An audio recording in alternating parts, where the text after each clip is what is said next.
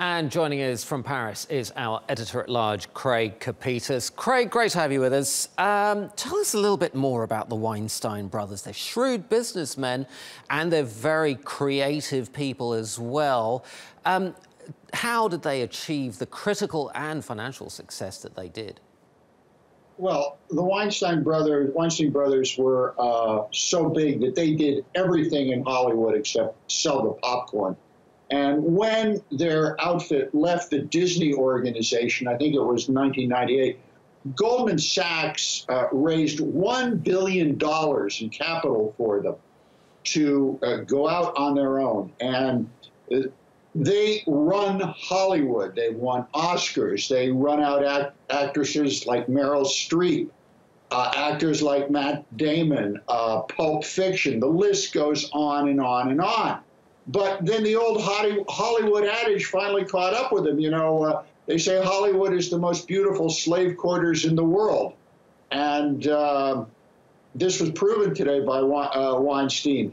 You know, the abuse of power against women is a familiar story. Yeah. It's the scope of it here that is truly remarkable. Yeah. All of Hollywood. Indeed. Indeed. Let me just read out what Harvey Weinstein said in his public apology. He said, "I came of age in the 1960s and 70s when all the rules about behavior and workplaces were different. That was the culture then." That seems to be the excuse from a lot of people who have been accused of historical sexual abuses. But what was the workplace environment like for women back in the 1960s and 70s?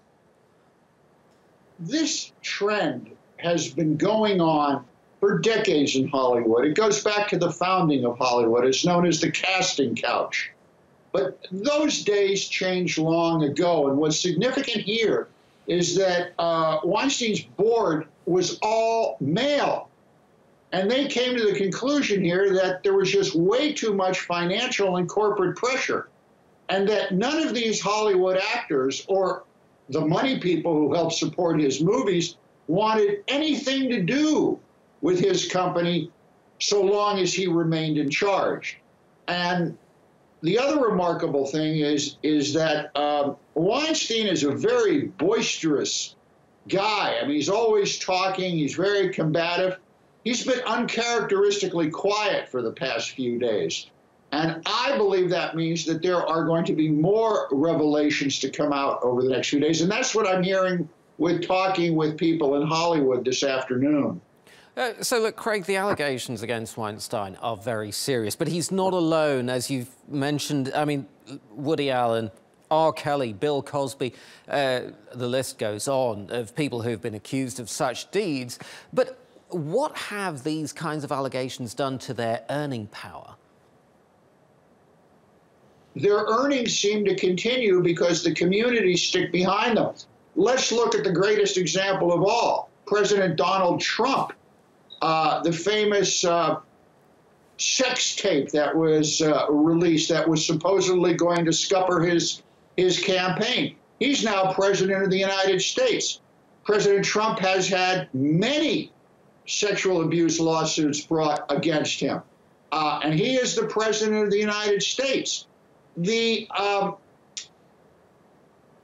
people don't like to see this anymore. And this is actually, I'm told today, a very good thing for Hollywood, that a lot of actors and actresses and the money people behind them have been waiting for this moment for a long time, because it's not like these abuses were unknown. They were well known throughout the community. It's just that everyone kept their mouth shut because Harvey Weinstein controlled the purse strings. Now, this is a classic case of a very powerful man who called the shots. But do you think that the culture of workplaces is changing to something that is where people like him will not be able to get away with the kind of behavior that they've been doing? And do you think women are slowly, but maybe not fast enough, gaining more and more power in order to change that culture?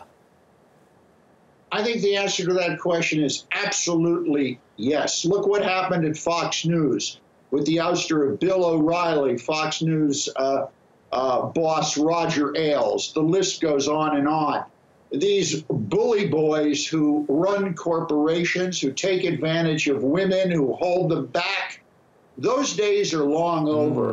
Right. What's happened here with Weinstein is the thermonuclear explosion that people have been waiting for. Okay, fantastic. Craig Copetas in Paris, thank you so much.